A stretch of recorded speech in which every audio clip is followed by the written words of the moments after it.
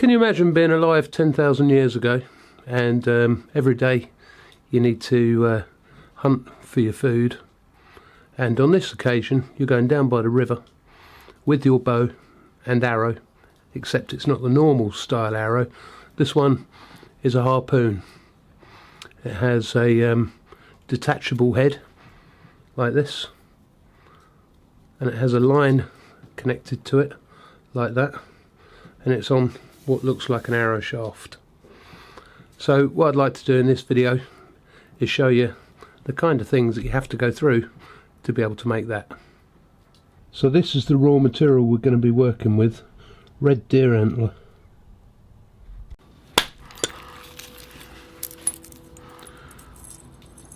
A straight one.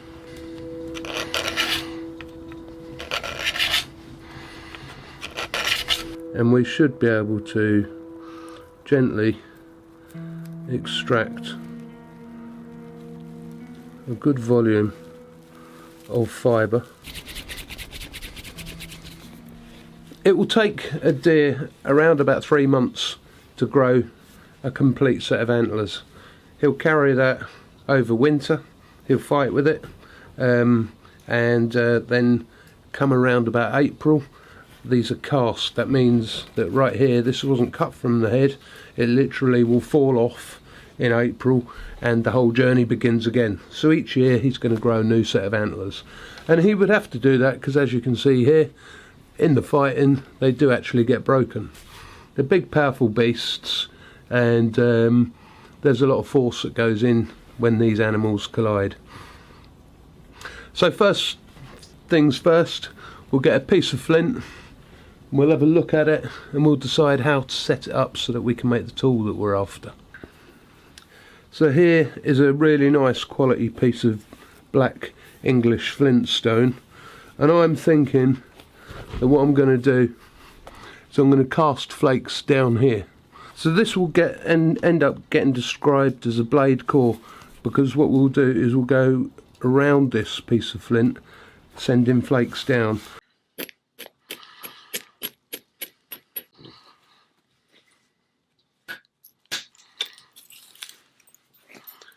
Send that down, and as you can see, these new lines are always appearing, and the further we get in, the more straight things should become. However, this in itself could be very close. It is actually very close to what I want, but we'll go a bit further.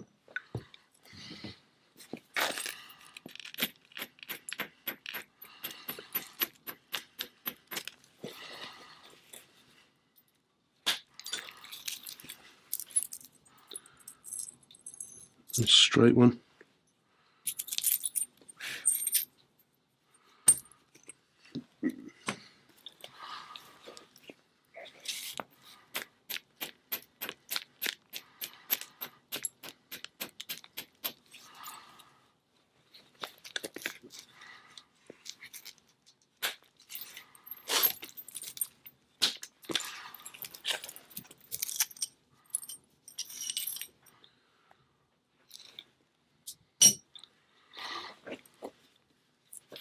And this one here should be a cracker. So what we'll do is we'll do a little preparation at the top there.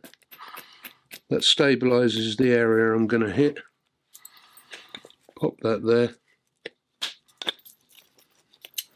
and send that down.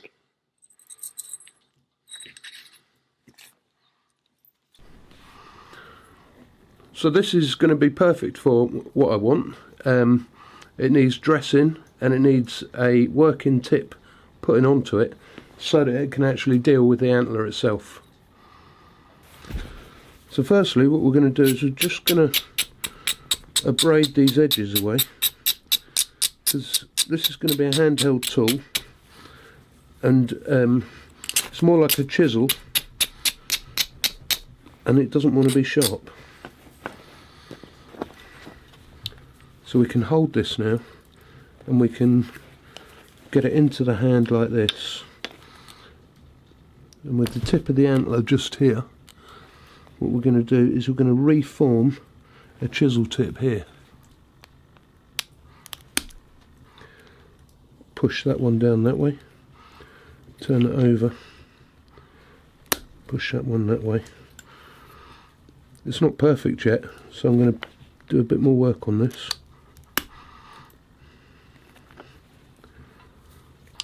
I would say, looking at this now, what we've done is we've taken two little shots either side and left that as a pointed chisel.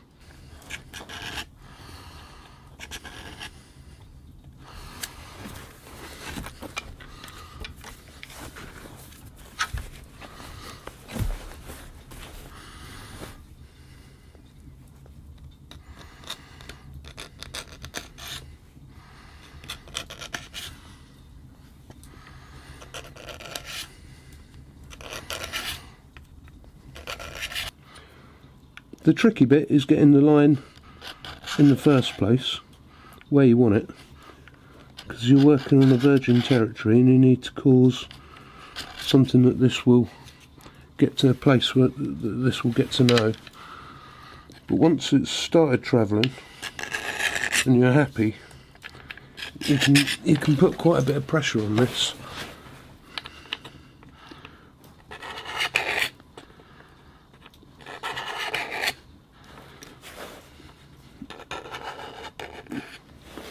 And as you can see, each stroke gives you a fairly reasonable removal.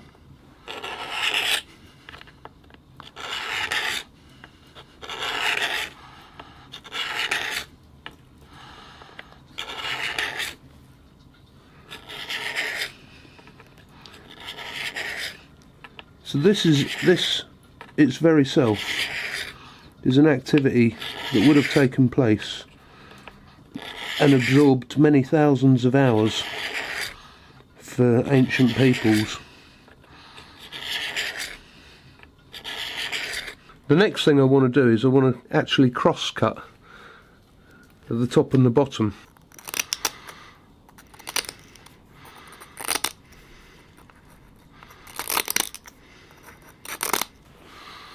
Which is just some tiny little teeth. And begin cutting across there like so.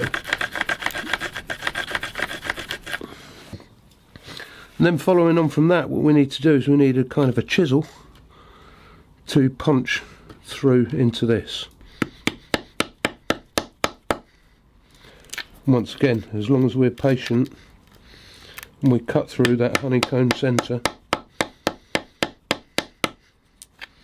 we will begin to release that.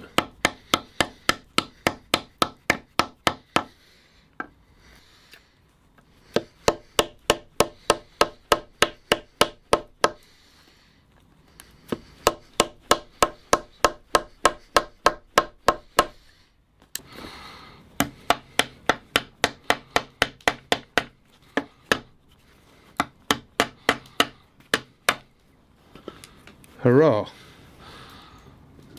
And so we have an antler billet extracted.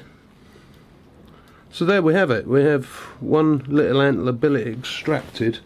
If we go back to this original tool here, what we can then do is we can use this crest on the back and we can begin to round this whole thing up.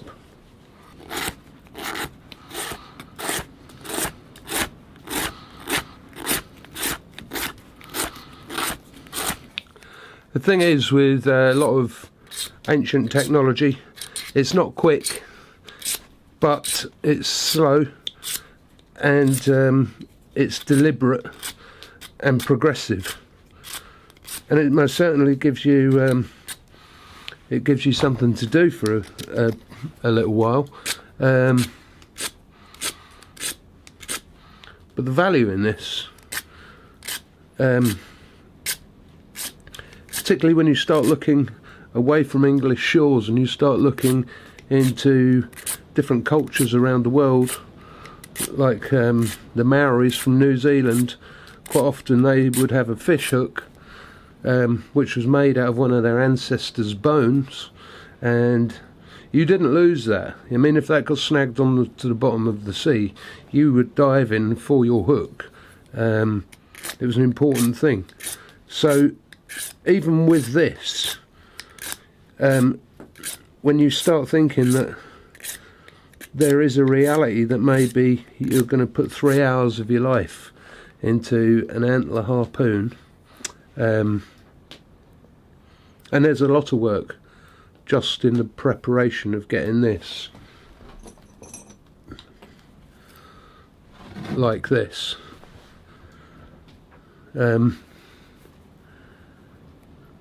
That's an extraordinary amount of work, and when you see these on the shelves of the museum, it's quite easy not to understand that. These are designed, I've got the cordage tied up as a bundle here, but these are designed so they're going to go into here as a slotted component, and this is your fishing line, which you're going to be pulling the fish back with. But interestingly enough, you would kind of want that to become detached from that, and then the fish is not going to be, this has gone through the fish, and now if you think about that, the fish is here, and that is like a gorge bait holding the side of the fish, and that's the value of how you're going to get it back. And this is an interpretation of what I've seen. This bit we have never seen in archaeology. We've only seen the antler, so we can only surmise that this is the technique that they used.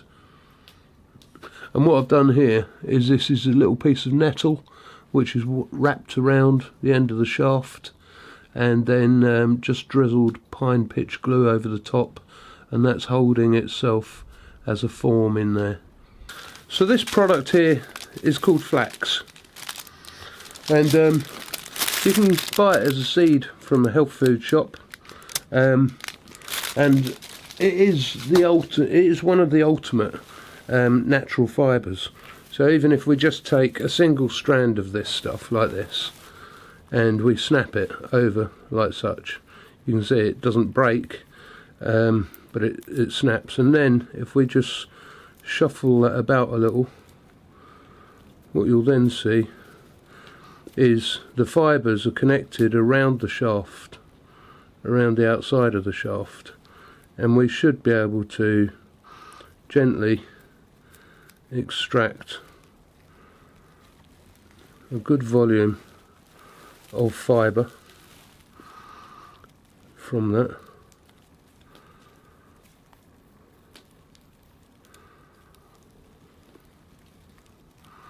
So just one single shaft has given me a substantial amount of cordage, and what we'll do is we'll just have a look at the strength of this all by itself. We're going to lick the inside of the hand and just push that like that and hold it at the other end, because as we do that, it's starting to spin, and if you look at that, it naturally wants to become string. But I need to get involved in this, so we're going to turn that so that we have it held in the middle, and we're going to introduce a twist into one strand, introduce a twist with the other strand, and then what we're going to do is we're going to hold it in the hand like this and begin to wind that in.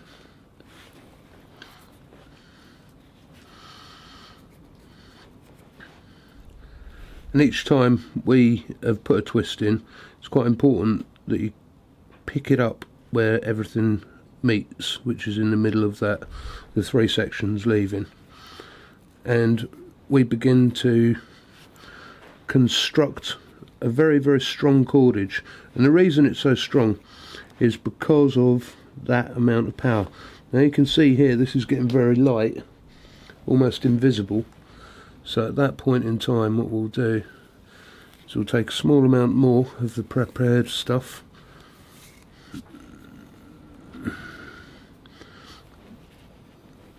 and we'll lay that under there to join in with this gang over here.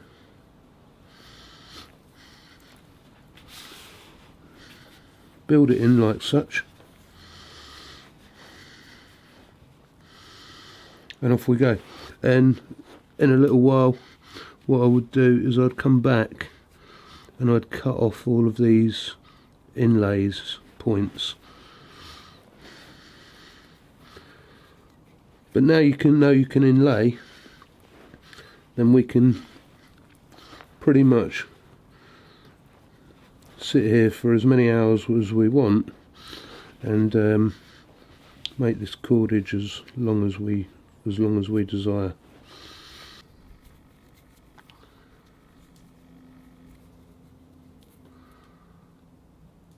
So we talked about testing its strength. Well, literally, I'm gonna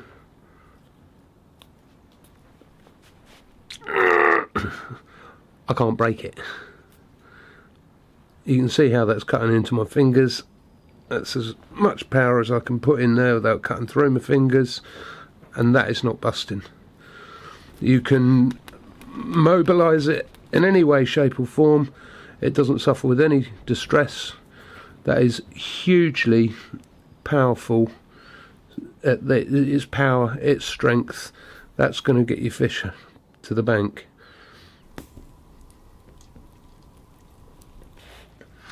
I'm just waiting for the pine pitch glue to heat up enough. And then we have one small little burin flake and a shaft, and that is literally going to be welded and lashed onto here, and have one strand of nettle fibre. So we'll strip that down a bit. I don't need to make this into cordage, this is purely a flat bind, and there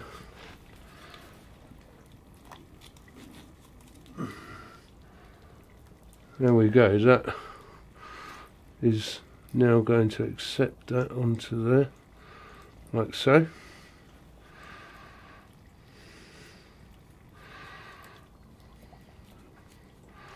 I'll get it off my finger.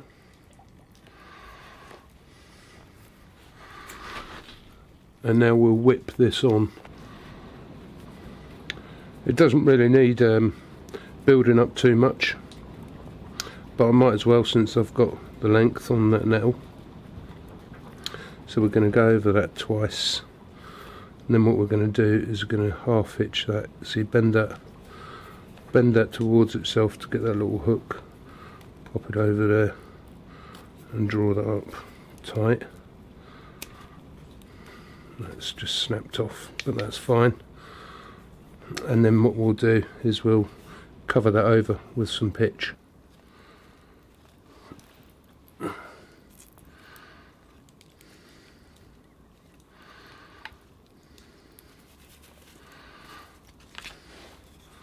then when I feel like that is cool enough, I'm just literally going to use my fingers to press everything down nice and flat.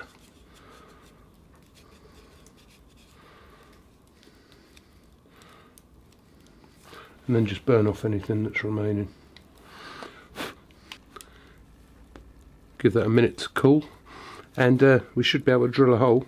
It's slightly on the huh, as we say around these parts, but that's alright.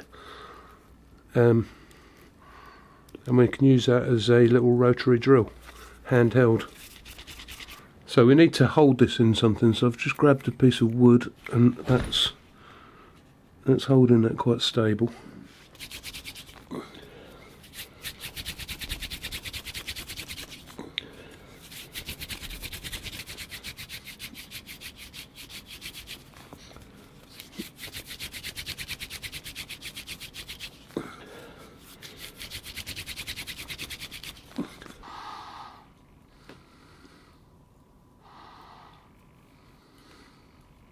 So we have our hole, and now what we need to do is just put the little serrations in, which we'll do with a fairly well structured flint blade.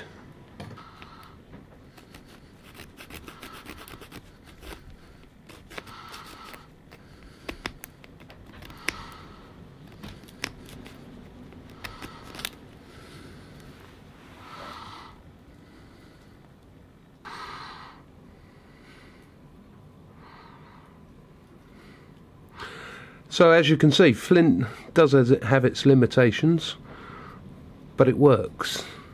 Now we have a harpoon point, and we have the cordage. We'll set a couple of fletchings onto the end of this, and we'll go to the water and see what we can do.